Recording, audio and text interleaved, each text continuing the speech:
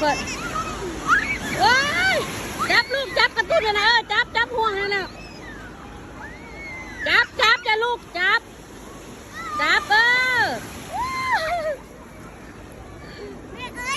ฮะมวนมั้ยอย่าเฝ้าน้ำมากกันเลยหุบปากเมียนมันจะเข้าปาก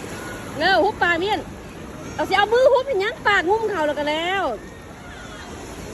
ปากจะหุบเข่าแล้วกันแล้วลูก